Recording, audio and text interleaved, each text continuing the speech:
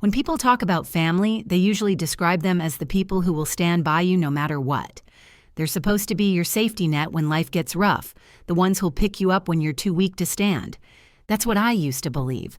That's what I thought my family would be for me, until the day I texted them about my surgery. The procedure wasn't cosmetic or elective. It wasn't something I could postpone because it was inconvenient. It was scheduled, necessary, and serious enough that my doctor warned me not to be alone afterward. "You'll be groggy, disoriented, and weak," he said. "You need someone to drive you home and stay with you for at least a night." I thought, of course, that won't be a problem. My mom, Janet, has always prided herself on being the glue that holds our family together. She raised my sister and me as a single parent after my dad left, and she never missed a chance to remind us of her sacrifices. My younger sister, Rhea, is the fun one. She's the kind of person who shows up late to dinner with a new story about some wild night out, flashing pictures from her trips to Cancun or Miami. I'm the older one, Clara, the dependable one, the one who keeps quiet, who never asks for much. So the night before the surgery, I picked up my phone, opened the family group chat, and typed, "Surgery is on the 12th. Can anyone drive me home?" My thumb hovered for a second, but I hit send. Simple, straightforward. The little typing dots appeared almost immediately. I felt relieved. Maybe Mom would say, "Of course, honey, I'll be there." Maybe Brielle would crack a lighthearted joke, but still promise to show up. That's what I expected. What I got instead was a gut punch. Brielle's reply popped up first. LOL, as if we'd miss our trip to Mexico. I just stared at the screen, reading it over and over, trying to make sure I hadn't misunderstood. But no, there it was, my younger sister, laughing at the very idea of putting her vacation on hold for me. Before I could even respond, Mom chimed in. Her bubble appeared, then disappeared, then appeared again like she was trying to find the right words. Finally, it landed. "Don't make us feel guilty, Clara. You'll figure it out." I could almost hear her voice in my head, calm, dismissive, heavy with that subtle edge she always used when she thought I was being too sensitive. I sat there frozen, phone in my hand, stomach sinking. They weren't coming. They weren't even considering it. My mother, who always preached about family sticking together, was siding with my sister's vacation. And Brielle had already made her choice. My chest tightened as my face burned hot. I thought about typing something back, maybe, "Are you serious?" or "This isn't optional," but my fingers refused to move. My heart hurt too much. Finally, I typed the only words I could manage. Mistake 2 words. That was it.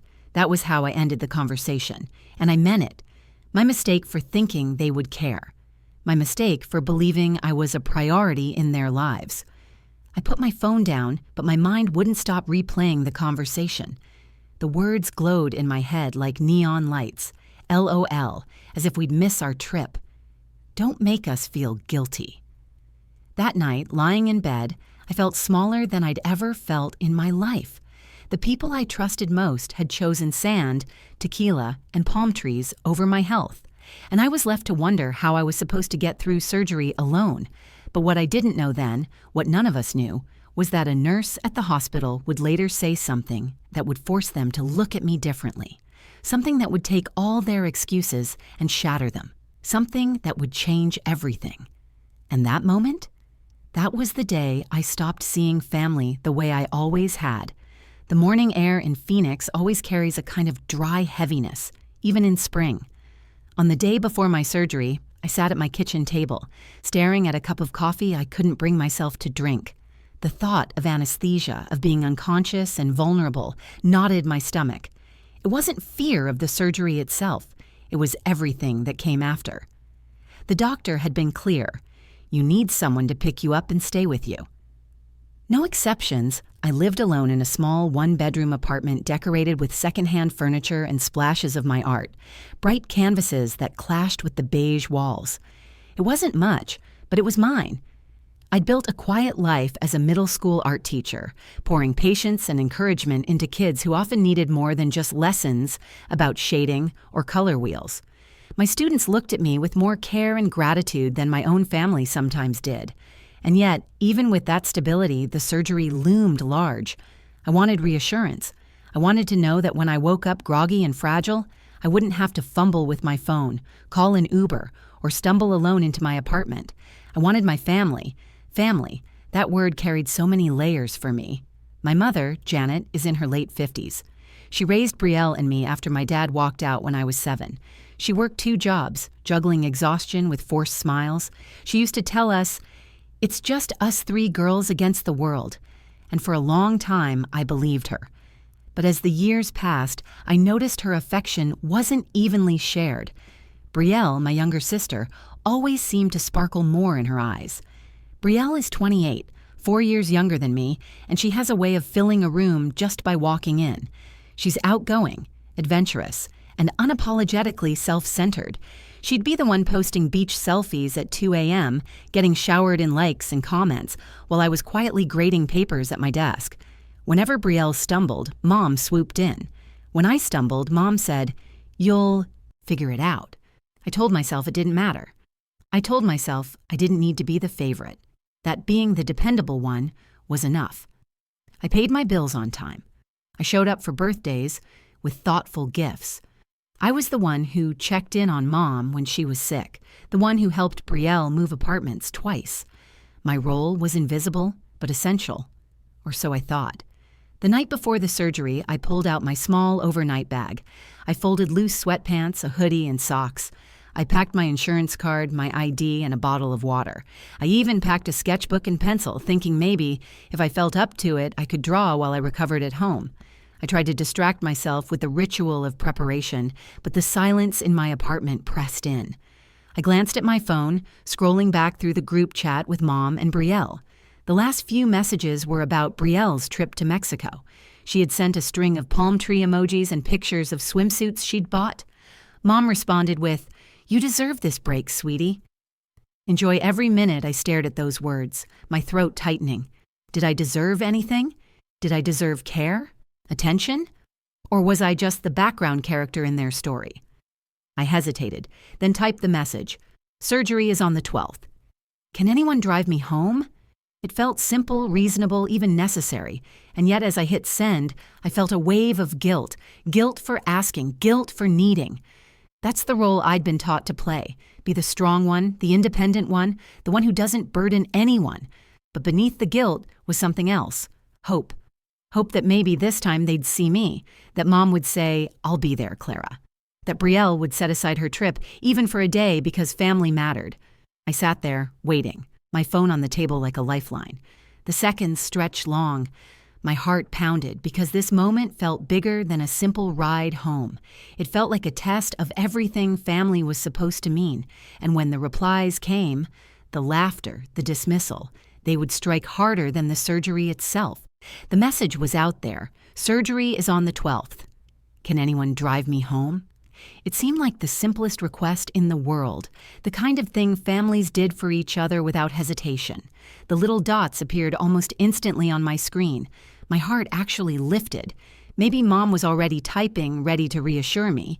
Maybe Brielle, impulsive as she was, would surprise me this time. Then Brielle's message popped up. LOL, as if we'd miss our trip to Mexico. At first, I blinked, convinced I'd misread it. I tilted my phone, reread the words, but they didn't change. She'd written LOL, laughing at the thought of being there for me, laughing at me. My stomach dropped. My mouth went dry. I typed her name once, Brielle. But before I could finish, another bubble appeared, this time from Mom. "Don't make us. Feel guilty, Clara? You'll figure it out."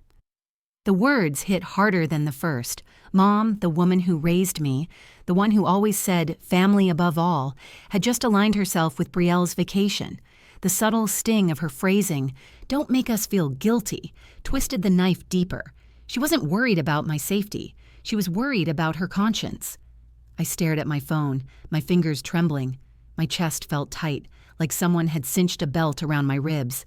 I wanted to scream, to call, to force them to hear my voice cracking with disbelief. But all I managed was a small, quiet reply. My mistake. 2 words, barely a whisper on the screen, but they carried every ounce of humiliation I felt. My mistake for assuming they cared. My mistake for asking for help. For a few moments, silence filled the chat. No one replied, no follow-up, no softening of their words. The group thread, once lively with vacation plans and inside jokes, had gone cold.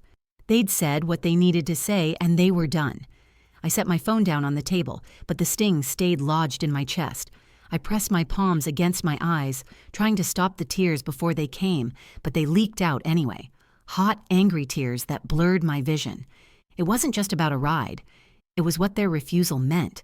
It was the confirmation of every quiet doubt I'd carried for years. That I was the background daughter, the one who didn't matter as much, the one expected to figure it out while Brielle lived in the spotlight.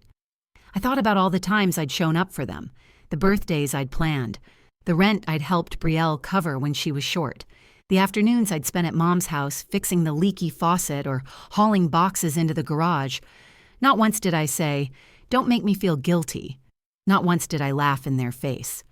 And now, when I needed them most, they couldn't be bothered. The anger mixed with something darker, fear. The surgery wasn't optional. The doctor had warned me about the risks of being alone afterward. What if I collapsed? What if I forgot to take my medication correctly? What if something went wrong in the night and no one was there to help? The more I thought about it, the more the walls of my apartment seemed to close in. My own family had abandoned me, and I was left staring down the reality that I might have to walk into the hospital knowing I'd come out completely on my own. I picked up my phone again, hoping maybe there'd be a follow-up text, some sign of remorse. Nothing. Brielle was already posting photos of her new bikini on Instagram. Mom had liked it within seconds. A deep, bitter laugh escaped me, though it didn't feel like laughter at all. More like surrender. They weren't coming. That night, lying in bed, I couldn't escape their words. LOL, as if we'd miss our trip. Don't make us feel guilty. They echoed in my mind like a cruel chorus. I pulled the blanket tight around me, wishing it could block out the loneliness. And underneath the sadness, a seed of something else began to grow, a cold resolve. If they wouldn't be there for me, fine. I would find another way. But one thing was certain. I would never forget the choice they made. And one day, neither would they. What I didn't know then was that someone else, a nurse, a stranger, would soon say the words that forced them to face what they had done, and those words would change everything. After the sting of their replies settled in, I sat in my apartment in silence, staring at the ceiling as if the answers might appear there. My phone buzzed twice with Instagram notifications. Brielle posting pictures of margarita recipes. Mom leaving heart emojis in the comments. They had moved on from my request as easily as swiping away a notification. I wanted to rage. I wanted to call them both and let the words pour out raw and jagged. How could you? Don't you realize how dangerous this is? But I knew how that would go. Mom would sigh, play the martyr. Brielle would make a joke or roll her eyes through the phone. And in the end, I'd be painted as dramatic. The problem child, the one who always makes things heavy. So I didn't call. I didn't text again. Instead, I did something that felt both humiliating and liberating at once. I decided I would not beg. I walked over to my closet and pulled out the small duffel bag I'd half-packed. Sweatpants, hoodie, socks, insurance card, a sketchbook, and pencil. As I folded and refolded, I told myself, "You'll get through this. You always do." Still, the logistics pressed down on me. The hospital was clear. No patient could leave alone after anesthesia. I needed someone, anyone, to drive me home. That's when I thought of Mrs. Alvarez. She lived down the hall, a widow in her 70s, with a habit of knocking on my door whenever she baked too many cookies. We'd shared cups of tea, small talk about the weather, even swapped plants for our balconies. She wasn't family, but she was kind. It took me half an hour to gather the courage, but finally I walked down the hallway and knocked on her door. When she opened it, her face lit up in that warm, grandmotherly way she always had. "Clara!" I was just about to sit down with some chamomile tea. "Come in, mija." I stepped inside, inhaling the scent of cinnamon that seemed to live in her apartment. I perched on her couch, twisting my hands in my lap. "Mrs. Alvarez, I was wondering if I could ask you a favor." Her smile softened. "Of course." Anything I hesitated, my throat tight with shame. I felt like a child confessing to something embarrassing. I have surgery on the 12th. It's outpatient, but they won't let me leave without someone to drive me home. My family, they can't make it. The word can't lodged in my throat like a lie, but I couldn't bring myself to say, won't. Without. Missing a beat, she reached over and patted my hand. Say no more. I'll take you, and I'll sit with you after too. You shouldn't be alone.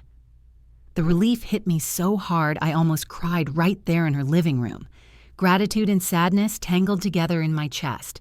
Gratitude for her kindness. Sadness that a neighbor had stepped into the role my own family refused to play. Walking back to my apartment, I felt steadier. Not because the situation was fixed, my heart still ached with betrayal, but because I had a plan. I wouldn't walk into that hospital alone. That night, I laid out everything I would need: clothes, paperwork, snacks for afterward. I even set out a glass of water on my nightstand, like I was preparing for war. In a way, I was. Not against my body, but against the narrative I'd been fed my whole life. That family would always show up. I wrote myself a note on a sticky pad and stuck it to the fridge. You'll get through this. It was simple, but it anchored me. Every time my eyes landed on it, I felt a flicker of strength. Still, the pain lingered. Every time I thought about Mom's text, "Don't make us feel guilty," my stomach twisted. I pictured Brielle laughing by a pool while I was being wheeled into surgery. I wanted to hate them, but the truth was more complicated. Beneath the anger was an ache, a desperate wish that they would suddenly change their minds, show up, and prove me wrong. But I couldn't control them. I could only control myself, and my choice was clear. I would go through with the surgery, with or without them. The next morning, I woke up early. I made coffee but couldn't drink it. Instead, I sat at the table, my bag by the door, Mrs. Alvarez's phone number written on a sticky note in case the hospital needed to confirm. I wasn't ready for what was ahead. I wasn't ready for the anesthesia, the vulnerability, the recovery, but I was ready to face it without them. What I didn't know, what I couldn't have predicted, was that my quiet decision to move forward without begging would set the stage for something none of us expected. The moment the nurse spoke up, everything would shift, and my family's excuses would collapse under the weight of truth. The morning of my surgery arrived faster than I wanted it to. Mrs. Alvarez knocked gently on my door just after sunrise, holding a thermos of tea in one hand and her car keys in the other. "Ready, mija?" she asked with that calm smile of hers. I forced a nod, even though my stomach was a mess of knots. As we drove to the hospital, I stared out the window, watching the desert blur by. I tried to push away the thought that Mom and Brielle were probably boarding their flight right then, laughing about beach outfits and cocktails. At the check-in desk, Mrs. Alvarez held my bag while I filled out forms. When the nurse called my name, she gave my hand a squeeze. "I'll be right here when you come out," she promised. Her kindness nearly undid me. I swallowed the lump in my throat and followed the nurse down the sterile hallway. The surgery itself was a blur, an IV, a mask, darkness. When I opened my eyes again, everything was fuzzy. The room was too bright, voices muffled, my body heavy and sluggish. A nurse hovered over me, checking my vitals. "Clara, you're in recovery. Everything went well," she said gently. Relief washed through me, then panic. I wasn't supposed to be alone. I croaked out, "Mrs. Alvarez, is she here?" The nurse glanced at the clipboard. "We haven't seen her yet." Let me check. Minutes crawled by. My eyelids fluttered shut, heavy from the medication. When I woke again, 2 voices were in the room. At first, I thought I was imagining them, but then I heard them clearly. Mom. Brielle. My heart jolted awake before the rest of me could. I turned my head slightly, groggy but aware. There they were. My mother standing stiff near the door, my sister scrolling her phone in the corner. No suitcase, no suntan. They weren't in Mexico. They were here. Confusion tangled with anger. What? What are you doing here?" I managed. My voice cracked, weak from anesthesia. Before they could answer, the nurse returned, her tone brisk but pointed. "We called your emergency contacts, Clara. Hospital policy is very clear. You cannot be discharged alone. We needed someone responsible to take you home." She turned to my mom and sister, her voice sharpening. "When I called, Neither of you seem to understand how serious this is. Your daughter just underwent surgery. She's disoriented, vulnerable, and at risk of complications. Leaving her alone would be dangerous." Mom shifted uncomfortably, her eyes darting to me, then back to the nurse. We didn't realize—" The nurse cut her off. "You didn't realize?" I made it very clear on the phone. "This is not about convenience, this is about her safety." Brielle finally looked up from her phone, defensive. "We had a trip planned. We couldn't just cancel everything last minute." The nurse's expression hardened. "She needed you. That's not optional, that's family. Vacations can be rescheduled. A life cannot." The room fell silent. Mom's face flushed with shame. Brielle's mouth opened, then closed again, her usual flippant attitude crumbling under the weight of the nurse's words. I lay there, silent, my chest rising and falling with shallow breaths. For once, I didn't have to defend myself. Someone else, a stranger, was saying everything I'd wanted to scream, and my family couldn't argue with her. Mom finally whispered almost to herself, "We should have been here." The nurse nodded, her tone softening slightly. "Yes, you should have." She adjusted my IV and added, "What matters now is that you don't make the same mistake again." The words landed like a hammer in the quiet room. For the first time in my life, I saw my mother and sister speechless, stripped of excuses. Their faces told me everything. The guilt they had been so quick to dismiss when it was just my voice was now undeniable when spoken by a professional in scrubs. I didn't gloat. I didn't rub it in. I didn't have the energy. I just closed my eyes, letting their silence wash over me like a balm. For once, they had to sit in the discomfort they created. When I opened my eyes again, Mom had moved closer to my bed, her hand hovering awkwardly above mine. "Clara, we'll take you home. We'll stay with you tonight." Her voice trembled, a crack in the armor I thought was unshakable. I nodded faintly, too tired to say more, but inside something shifted. It wasn't forgiveness, not yet. It was recognition. They had been forced to see me, not by choice, but by circumstance. And that was enough for now. The nurse gave me a small smile, then left the room, leaving the three of us in heavy silence. The truth hung in the air, undeniable. They had failed me, and no vacation in the world could cover that up. The drive home from the hospital was quiet. I sat in the back seat of my mother's SUV, the seatbelt pressing against the bandage beneath my shirt, every bump in the road sending a dull ache through my body. Brielle sat in the front passenger seat, unusually subdued, her phone face down on her lap. Mom gripped the steering wheel tightly, her knuckles white, eyes fixed on the road ahead. Nobody spoke. The silence was heavy, not peaceful, but weighted with everything left unsaid. When we pulled into the parking lot of my apartment building, Mom finally broke it. "Clara," she said softly, I'm sorry. I should have been there from the start." Her voice wavered, unsteady in a way I rarely heard. I didn't answer right away. I stared out the window at the fading light, the familiar outline of my building, the balcony where I'd watered plants and dreamed about a version of family that might never exist. "It hurt," I said finally. My voice was quiet but steady. "You both made me feel like I didn't matter. Like a vacation was more important than me." Brielle shifted in her seat, guilt flickering across her face. She opened her mouth, then shut it again, uncharacteristically at a loss for words. Mom pulled into a space and turned off the ignition. She turned around, her eyes shiny. "The nurse, she made me realize how badly we failed you. I don't know what I thought, that you'd be fine on your own. But that was selfish. I'm sorry I studied her face looking for sincerity. For once, the wall of dismissiveness wasn't there. Instead, I saw fear, shame, maybe even love, buried under years of favoritism and excuses. I don't need perfection, I said, my throat tightening. I just need to know I matter. I need to know when I'm vulnerable, you'll show up. Brielle finally spoke, her voice softer than I'd ever heard it. I messed up, big time. I thought you'd figure it out like you always do.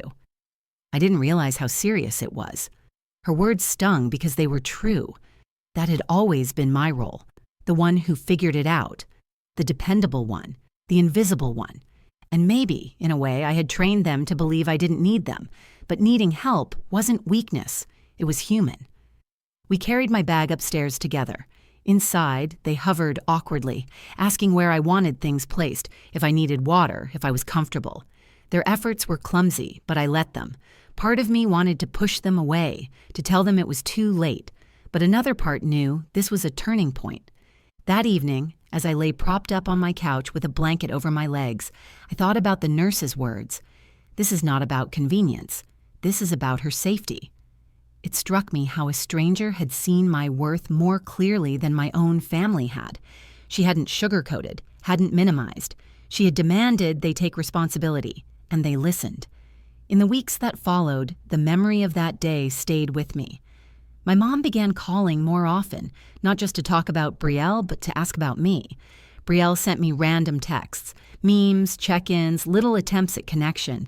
It wasn't perfect, and it didn't erase the hurt, but it was a start. The bigger change, though, was inside me. I stopped apologizing for needing help. I stopped shrinking myself to make others comfortable. When I looked in the mirror, I saw someone who had walked through fire, not unscathed, but stronger. The lesson wasn't just about my family, it was about knowing my own value, about refusing to measure my worth by how convenient I was to others. To anyone listening, I want to say this. If you've ever felt invisible to the people who should love you most, I know that pain.